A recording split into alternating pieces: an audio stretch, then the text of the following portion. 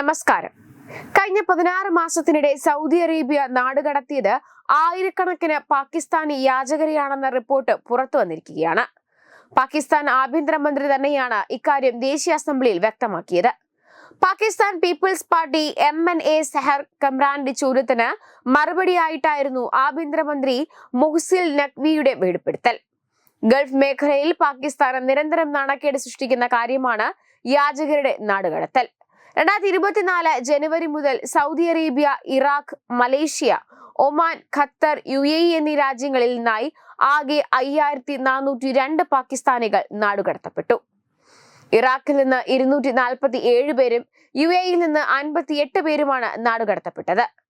ഇതിൽ 4850 പേർ 2024-ലും 522 പേർ ഈ വർഷവും കയറ്റി അയക്കപ്പെട്ടു. സിഡ് പ്രവിശ്യയിൽ നിന്നും 2795 പേർ, പഞ്ചാബിൽ നിന്നും 1437 പേർ, ഖൈബർ പഖ്തൂണിൽ നിന്ന് 1002 പേർ, ബലൂചിസ്ഥാനിൽ 125 പേർ, ആസാദ് കശ്മീർ 33, ഇസ്ലാമാബാദിൽ 10 പേർ എന്നിങ്ങനെയാണ് നാടുകടത്തപ്പെട്ടത്. യാചന ശക്തമായി നിരോധിച്ചിരിക്കുന്ന രാജ്യമാണ് സൗദി അറേബ്യ. യാചന പ്രവർത്തികളിൽ ഏർപ്പെടുന്നവർക്ക് കനത്ത പിഴയും തടവും ശിക്ഷയായി ലഭിക്കും. പാകിസ്ഥാനിൽ നിന്നുള്ള യാചകർ ഹജ്ജ്, ഉംറ തുടങ്ങിയ തീർത്ഥാടന വിസകളുടെ മറവിൽ സൗദി അറേബ്യയിലെത്തി ഭിക്ഷാടനം നടത്തുന്നത് സ്ഥിരം സംഭവമാണ്. ഇത് രാജ്യത്തിന്റെ അന്താരാഷ്ട്ര പ്രതിച്ഛായയെ ബാധിക്കുന്നുണ്ടെന്ന് പാകിസ്ഥാൻ പ്രതിരോധ മന്ത്രി ഖ്വാജ മുഹമ്മദ് ആസിഫും അഭിപ്രായപ്പെട്ടു. നാടുകടത്തപ്പെട്ടവരുടെ പേര് ഫെഡറൽ ഇൻവെസ്റ്റിഗേഷൻ ഏജൻസിയുടെ പാസ്പോർട്ട് കൺട്രോൾ ലിസ്റ്റിൽ ഉൾപ്പെടുത്തുകയും ഇവരെ വീണ്ടും വിദേശയാത്ര നടത്തുന്നതിൽ നിന്ന് വിലക്കുകയും ചെയ്തിട്ടുണ്ട്. 2024 നവംബറിൽ മാത്രം 4300 യാചകരുടെ പേരാണ് ECL-ൽ ഉൾപ്പെടുത്തിയത്. പാകിസ്ഥാനിലെ വർദ്ധിച്ചു വരുന്ന പണപ്പെരുപ്പവും തൊഴിലില്ലായ്മയും ജനങ്ങളെ യാചനയിലേക്ക് തിരിയാൻ പ്രേരിപ്പിക്കുകയും ഇവർ വലിയ തോതിൽ മറ്റ് രാജ്യങ്ങളിലേക്ക്, പ്രത്യേകിച്ച് ഗൾഫ് രാജ്യങ്ങളിലേക്ക് എത്തുകയും ചെയ്യുന്നു. സൗദി അറേബ്യ, UAE തുടങ്ങിയ രാജ്യങ്ങൾ പാകിസ്ഥാനോട് യാചകരുടെ വരവ് കർശനമായി നിയന്ത്രിക്കാൻ നിരന്തരം ആവശ്യപ്പെടാറുണ്ട്.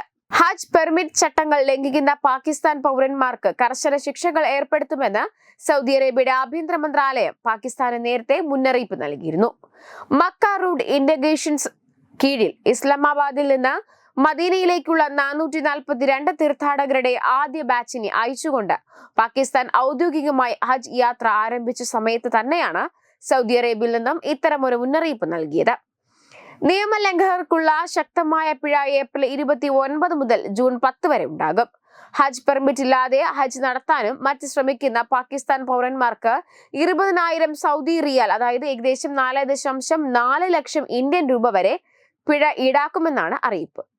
ഈ പിഴ സന്ദർശക വിസ ഉൾപ്പെടെ എല്ലാത്തരം വിസ ഉടമകൾക്കും ബാധകമാണ്, പ്രത്യേകിച്ച് മക്കയിൽ പ്രവേശിക്കുന്നവർക്കും താമസിക്കുന്നവർക്കും. വെബ് ഡെസ്ക് തത്വമൈ ന്യൂസ്.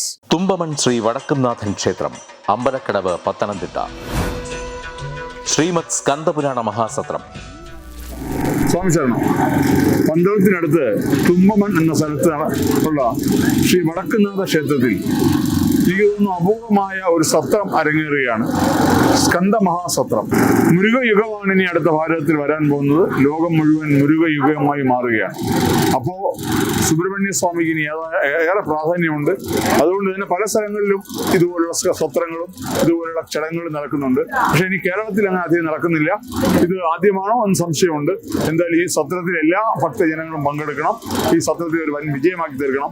ഈ സത്രത്തിനും അതിലെ എല്ലാ പ്രവർത്തകർക്കും എന്റെ ഹൃദയംഗമായ ആശംസകൾ. സ്വാമിയെ ശരണമയ്യപ്പ.